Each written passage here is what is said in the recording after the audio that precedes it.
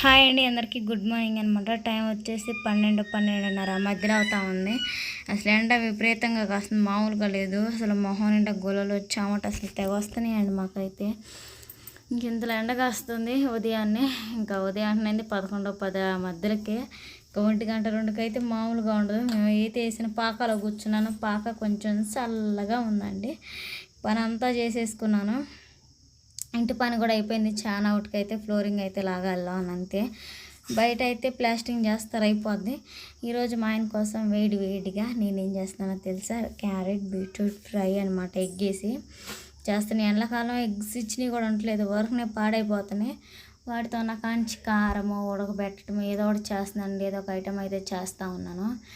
ఇంకా చాలా ఈ ఎండలకైతే అసలు మరి 50 డిగ్రీలు అటు కాయటం వల్ల మామూలు కూడా పోయట్లేదు, మామూలుగా ఉండట్లేదు మనకైతే. అసలు ఏందో ఈ ఎండ మాయదారి ఎండ ఎట్టు వచ్చింది అన్నట్టుగా ఉందండి.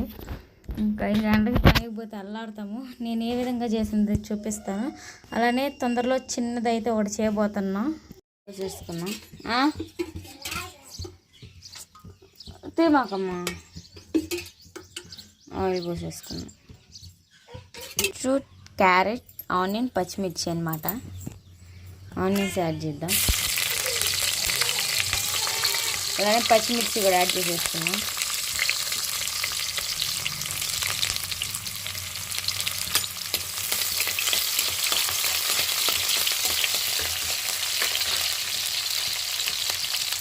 ఫ్రై అయిన తర్వాత ముక్కలు యాడ్ చేసుకున్నాం.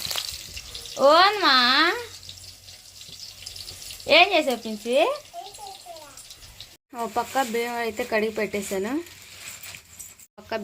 పెట్టేశాను. ఫ్రై కూడా రెడీ అయిపోయింది అనమాట. రెండు పొయ్యిలు అయితే పెట్టేశాను. మనం సాల్ట్ అవన్నీ యాడ్ చేసేసుకున్నాం ముందుగానే. సాల్ట్ వేసుకున్నాం.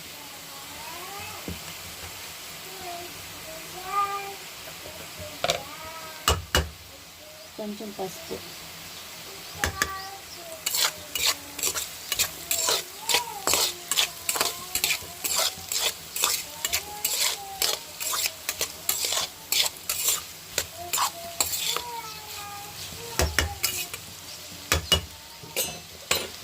పక్క అన్నం కూడా పొంగి వస్తుంది.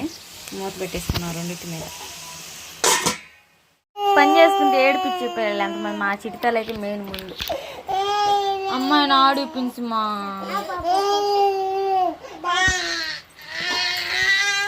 దీంట్లో అయితే ఒకసారి ఎగ్స్ వేసుకున్నాం. ఎగ్స్ కూడా ఫ్రై అయిపోతాయి. మూత పెట్టేసుకున్నాం. ఎగ్స్ అయితే వేసుకున్నాం కదా, బాగా కలిపేసేసుకున్నాం అండి. కలిపేసుకుంటే బాగుంటుంది. పెద్ద పీసెస్గా చేసుకున్నాం అనుకున్నాం. ఇంకా పక్క మా అమ్మ ఏడుస్తుంది. అందుకని చెప్పేసి త్వరగా తిప్పేసి కలబెట్టేసి మూత పెట్టేసి ఇంకా ఆమెను ఎత్తుకోవాలి, లేదంటే ఇంకా ఏడ్చింది.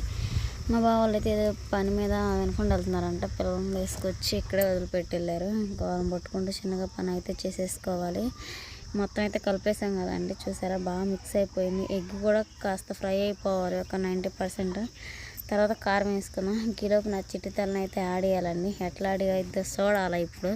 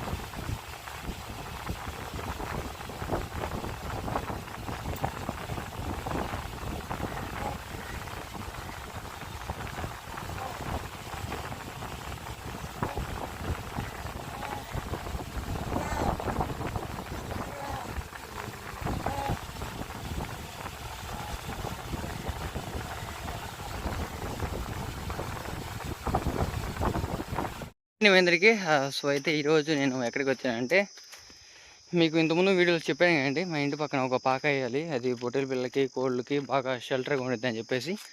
సో అయితే దానికోసం చెప్పేసి తాటాకులతో పందిరేద్దామని ట్రై చేస్తున్నాను. అయితే మా మామయ్య ఇక్కడ కొందరు చెట్లు ఒప్పుకున్నారు మా ఊర్లో వాళ్ళు. అయితే మిషన్తో తప్పించేసాం మొత్తం, కనబడుతుంది కదా, తప్పించేసి ఇంకోటికి వచ్చిన ఆకులన్నింటినీ ఆ విధంగా తీసేసుకున్నాం. ఆ విధంగా ఆకులు వేసి ఈ విధంగా మండ దొక్కాం. దీన్ని మండ దొక్కటం అంటారు. దొక్కేసిన తర్వాత బద్దలు ఏదో కోస్తున్నామండి. మళ్ళీ ఇంకా పిల్లర్స్ కూడా వీటిని యూస్ చేస్తున్నాం. వాటి కోసం అని చెప్పేసి పొద్దున ఆయిల్ అయినా అవి తీసుకొచ్చాం. వాటికి 2D ఆయిల్ కావాలి, కట్టెలు కోసే మిషన్లోకి 2D ఆయిల్ కావాలి కాబట్టి ఆయిల్ కోసం అని చెప్పేసి వేరే పంపించి తీసుకొచ్చారు. ఇంకైతే చూస్తామండి, ఈ విధంగా అయితే తాటి మట్టలు అనేది మొత్తం మండ దొక్కాం. అటుపక్క కూడా ఉన్నాయి. ఇంక ఈ విధంగా అయితే ఒక మొత్తం 30 చెట్లు దాకా అయితే పడేసాం. ఇక్కడ ఒక 30, ఇక్కడ ఒక 15 చెట్లు, అక్కడ ఒక 15 చెట్లు అయితే చేను వల్లే పడేయమన్నారు.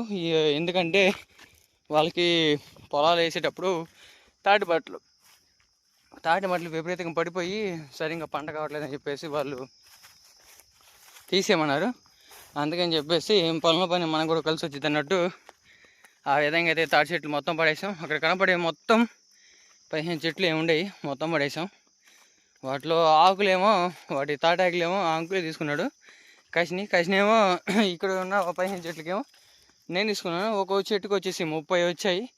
10 చెట్లు గాను 300 మట్ట వచ్చింది ఎట్టగా చూసుకున్నా కానీ. సో అయితే 14 చెట్లలో మనకి 10 చెట్లు వాటికి తీసుకున్నాను. 10 చెట్లకి 30 ఆకులు, 300 ఆకులు వస్తాయి.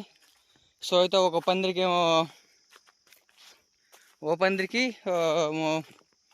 30 ఆకులు పడతాయి. ఒక పందిరికేమో 200 ఆకులు, ఇంకో పందిరికేమో 100 ఆకు అయితే పట్టిద్ది. అందుకని చెప్పేసి కోస్తున్నాను. అయితే కోసి విధానం చూపిస్తా చూడండి, లైన్లో ఉండండి.